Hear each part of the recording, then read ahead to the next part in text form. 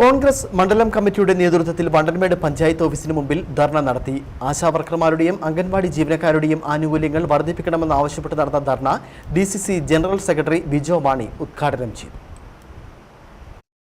ആശാവർക്കർമാരെ സ്ഥിരപ്പെടുത്തുക, സർവീസിൽ നിന്ന് വിരമിക്കുന്നവർക്ക് 5 ലക്ഷം രൂപ നൽകുക, ജോലിഭാരം ക്രമീകരിക്കുക, പെൻഷൻ ലഭ്യമാക്കുക, അംഗൻവാടി വർക്കർ, ഹെൽപ്പർ എന്നിവർക്ക് പ്രതിമാസം 21,000 രൂപ അടിസ്ഥാന ശമ്പളം ഉറപ്പുവരുത്തുക, തൊഴിൽ സംരക്ഷിക്കുക തുടങ്ങിയ ആവശ്യങ്ങൾ ഉന്നയിച്ചാണ് ധർണ നടത്തിയത്.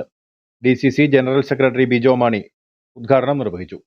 അപ്പം മിനിമം നമ്മുടെ നാട്ടിൽ പറമ്പിലൊരു ജോലി ചെയ്യണമെങ്കിൽ 1000 രൂപ കൂലി കൊടുക്കേണ്ട സമയത്താണ് അത് പ്രതിമാസം 7000 രൂപ മാത്രം തുച്ഛമായ വരുമാനം നൽകിക്കൊണ്ട് 232 ദിവസം ഈ ആശാവർക്കർമാർ ജോലി ചെയ്യുന്നു.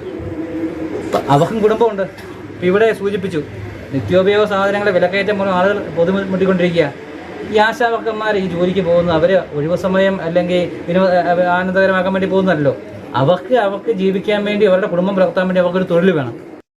മണ്ഡലം പ്രസിഡന്റ് ടോണി മാക്കോറ അധ്യക്ഷത വഹിച്ചു. നേതാക്കളായ ജോബൻ പാനോസ്, KP സുദർശനൻ, രാജു ബേബി, വിജി ജോസഫ്, ഷാജി രാമനാട്ട്, ജഗദീശൻ ആറുമുഖം, ഷാജി തത്തമ്പള്ളി, സുകുമാരൻ വാറോക്കൽ, ശരവണൻ മുരുകൻ, KD മോഹനൻ, സോബിച്ചൻ മാർക്കോസ്, സണ്ണി തേവർതുണ്ടി, ഷൈലമ സിബി, ടോമി മാറാട്ടിൽ, ഫിലിപ്പ് വട്ടമല തുടങ്ങിയവർ സംസാരിച്ചു. News bureau, Anakkara.